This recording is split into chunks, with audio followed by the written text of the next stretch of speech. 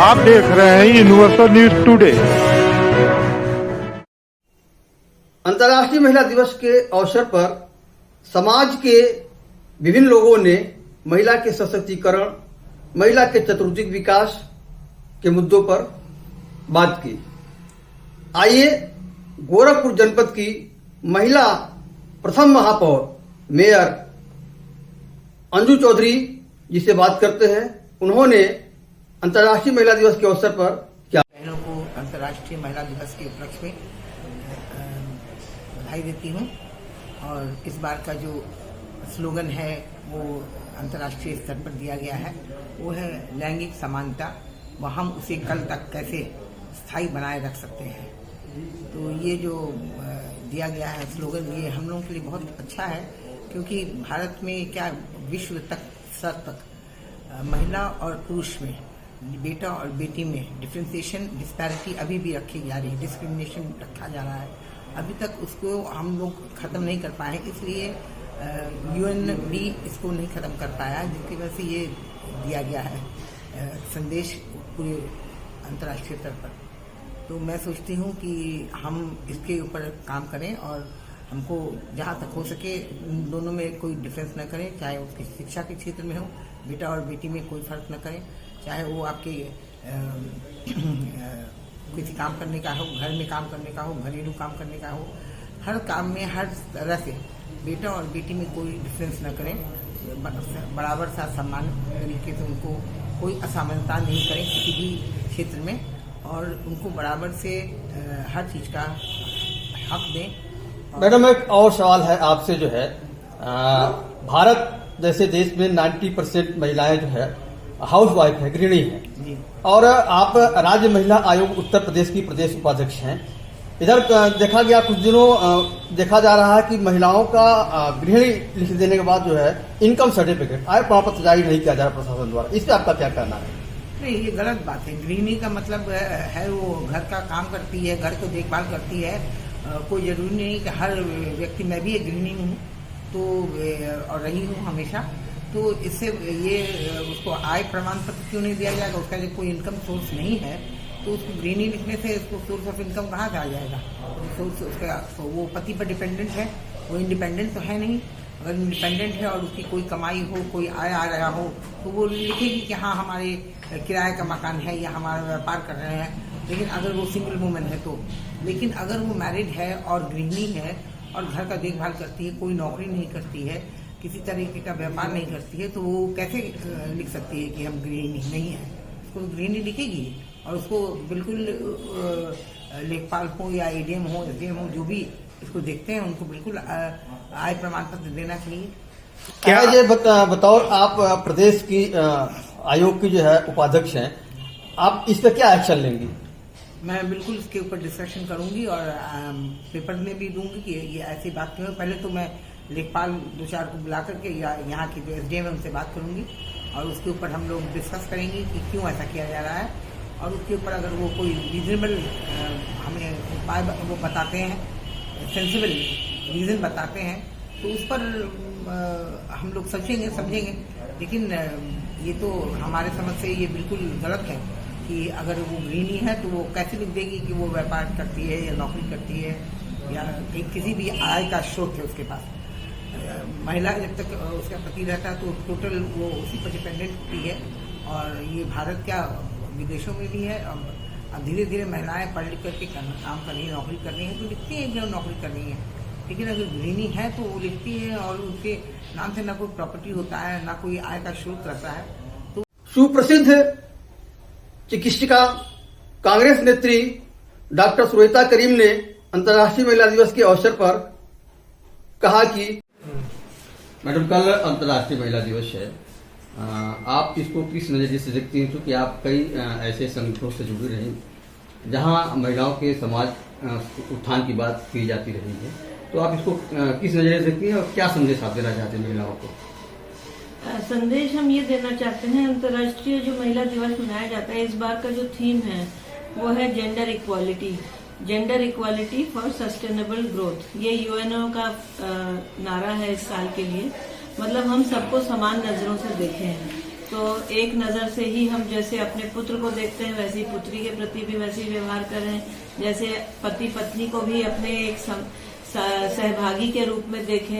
यही है gender equality. जैसे हम लोग जब बच्चे पैदा होते हैं तभी से वो जो खिलौने हम बच्चों को देते हैं और बच्चियों को देते हैं उसमें भेदभाव न करें। अगर बच्ची को गाड़ी में इंटरेस्ट है या पिस्तौल खरीदने में इंटरेस्ट है उसको दें। जनरली एक धारणा होती है कि बच्चियों को जो है वो गुड़िया दिया जाता है। कोई खिलौना खरीदने जाते हैं तो लड़की के लिए हम लोग गुड़िया खरीदते हैं या जो किचन सेट है वो खरीदते हैं, और लड़कों के लिए वो गाड़ी या फुटबॉल या क्रिकेट का सामान या बंदूक इस तरीके की चीजें लेते हैं।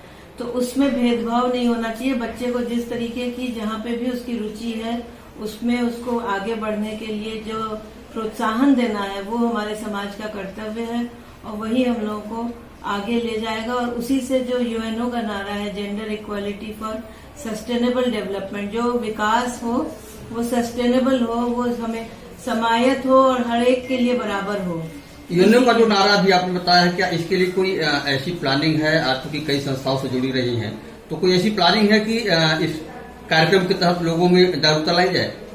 बिल्कुल एकदम प्लानिंग है। जेंडर इक्वालिटी पे इस समय पूरे विश्व में काम हो रहा है, क्योंकि ये जो जेंडर इनइक्वालिटी की बात है, जो जैसे घरों में लड़कों को खाना ज्यादा दिया जाता है, लड़कियों को कम दिया जाता है। अगर 1 लीटर दूध आता है तो पहले बेटे को दूध का गिलास पकड़ाएंगे, बिटिया को बाद में देंगे। ये जो इनइक्वालिटी है, चाहे खाने पीने में हो, चाहे पढ़ाई लिखाई में हो, चाहे कोई भी स्किल डेवलपमेंट सीखना है। अगर लड़का कहेगा कि हमें कंप्यूटर सीखना है तो उसको तुरंत सिखाया जाएगा, लड़कियों को रोका जाएगा। या जो भावना है कि लड़का ही घर का कोई काम क्यों करेगा, लड़का घर का कोई काम नहीं करेगा, वो तौलिया तक सुखाने के लिए लड़की ही बाहर जाके सुखाएगी। मैडम, लोगों में जागरूकता, महिलाओं में जागरूकता है, इसके लिए आप क्या संदेश देंगे महिलाओं को? महिलाओं में हम कहेंगे कि आप बेटे और बेटी में भेदभाव नहीं करिए। अगर आपकी 2 बेटियां हैं, आप उनको बहुत अच्छी तरह से पढ़ाएं लिखाएं, उसमें भी ये भावना जागृत करें। और अगर आपकी 2 बेटी हैं और दोनों दामाद आपके आते हैं, वो भी आपके लिए एक बेटे के बराबर ही होंगे। और बेटों में ये भावना जागृत करें कि जिस तरह से घर में महिलाएं काम करती हैं वो भी एक काम है, और उसको ऐसे नहीं कि जैसे हम लोग का ये भी एक योजना है कि जो महिलाएं घर में से केवल जो घरेलू महिलाएं हैं उनका जो जीडीपी में योगदान होना चाहिए, वो योगदान को कोई गिन नहीं रहा है, और उसका एक आकलन होना चाहिए। अगर हम घर में कोई नौकर रखते हैं काम के लिए, बर्तन झाड़ू पोछा, कम से कम 7-8 हजार रुपया, 10 हजार रुपया अगर हमारा उस पर खर्च होता है, और हमारे घर की गृहिणी अगर उस काम को कर रही है, उसका उस योगदान को एक फाइनेंशियल रूप में उसको देखा जाना चाहिए। उसकी फाइनेंशियल मजबूती तभी होगी, और महिलाओं की मजबूती तभी होगी जब उनको फाइनेंशियली स्ट्रांग करेंगे हम। और उसके लिए जो गृहिणियों का योगदान है उसको नकारना नहीं चाहिए, क्योंकि वो भी हर एक घर में एक इनकम को बचा रही हैं।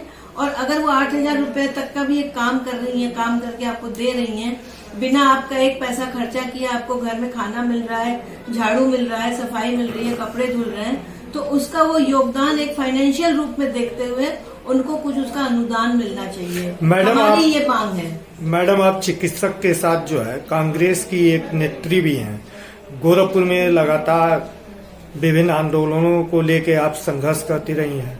वर्तमान समय में महिलाओं का जो आय प्रमाण पत्र बनाया जा रहा है उसमें गृहिणी शब्द पे ये लोग आय प्रमाण पत्र नहीं जारी कर रहे हैं, इस पे आप क्या कहेंगे? इस पे हमें घोर आपत्ति है, क्योंकि गृहिणियों का जो योगदान है उसको कोई गिनती में आ ही नहीं रहा है। गृहिणी जो घर में रह के और अपना योगदान दे रही है। आज अगर हम घर से बाहर निकल के काम कर रहे हैं तो हमारे घर में जो झाड़ू पोछा बर्तन का काम जो हम अगर घर में बैठे रहते तो हम करते, उसके बदले में हम किसी और को 8-9 हजार, 10 हजार, 15 हजार रुपया देके उससे काम करा रहे हैं।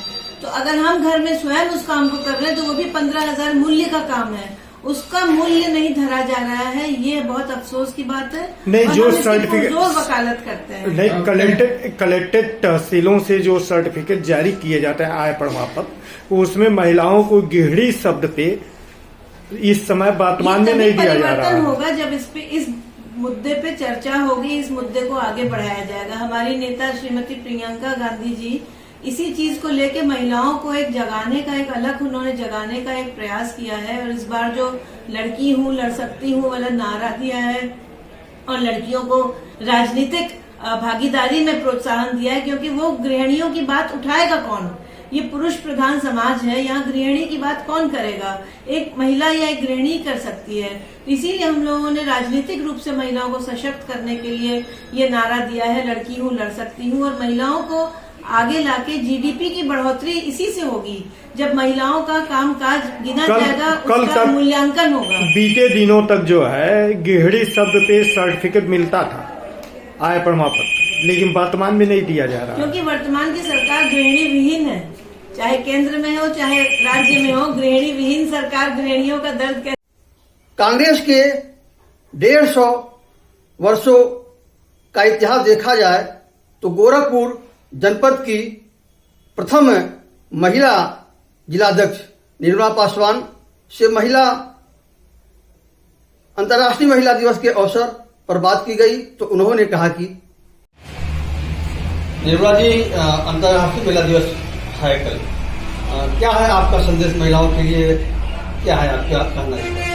देखिए, कल का दिन अंतर्राष्ट्रीय महिला दिवस है और ये महिलाओं के लिए कल का दिन बहुत ही खुशी और उत्साह का दिन है कि कल के दिन महिलाओं का एक पर्व है 8 मार्च, जो महिला दिवस के रूप में महिलाओं को एक संदेश देता है।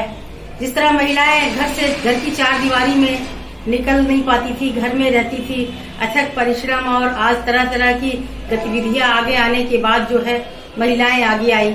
आप देख रहे हैं कि महिलाओं को बाहर निकलने में काफी परेशानियां होती थी, काफी दिक्कत झेलना पड़ता था। मैं अपना ही बता रही हूँ कि मैं 95 में बीएससी करके मध्य प्रदेश छत्तीसगढ़ से मैं जब गोरखपुर में आई तो यहाँ का एटमॉस्फेयर बहुत बदला हुआ था, बहुत घूंघट प्रथा थी, यहाँ जातिवाद थी, फिर महिलाओं को बहुत दूसरे दृष्टि से देखा जाता था। तो मैं बाहर निकली, देखी यहाँ के बच्चे पढ़ लिख नहीं रहे हैं, लड़कियां नहीं पढ़ रही हैं। मैं 150 रुपए से काम की, 150 रुपए में एक स्कूल में पढ़ाई। उसके बाद पढ़ाते हुए जब मैं बाहर निकली तो मुझे दुनिया भर का ताना सुनना पड़ा, लोगों का ताना सुनना पड़ा, घर से लोगों ने लड़ाया, लेकिन मैं पीछे नहीं हुई। मैं अपने बच्चों को पीठ पे बांध करके 150 रुपए का काम करती थी, उसके बाद फिर कोचिंग करती थी। फिर इसी तरह धीरे धीरे कारवा बढ़ता चला गया। गांव की सेवा करते करते जनता ने 2000 में मुझे सन 2000 में ग्राम प्रधान बनाया। सन 2008 में मुझे प्रतिभा पाटिल ने सम्मानित किया। फिर इसी तरह से कारवा बढ़ता गया, काफी मेहनतें करी, काफी संघर्ष की लड़ाई लड़ी और उसके बाद जिला पंचायत जीती। सर्वाधिक मतों से मुझे जनता ने जिला पंचायत जिताया। फिर 2012 में मुझे विधानसभा का टिकट मिला, बाद में कट गया, लेकिन राष्ट्रीय पार्टी आदरणीय राहुल गांधी जी के नेतृत्व में मुझे ये कहा गया कि आप धैर्य रखिए। मैं महिला होते हुए धैर्य रखी और उन चीजों को की जो शायद पुरुष भी नहीं कर पाया।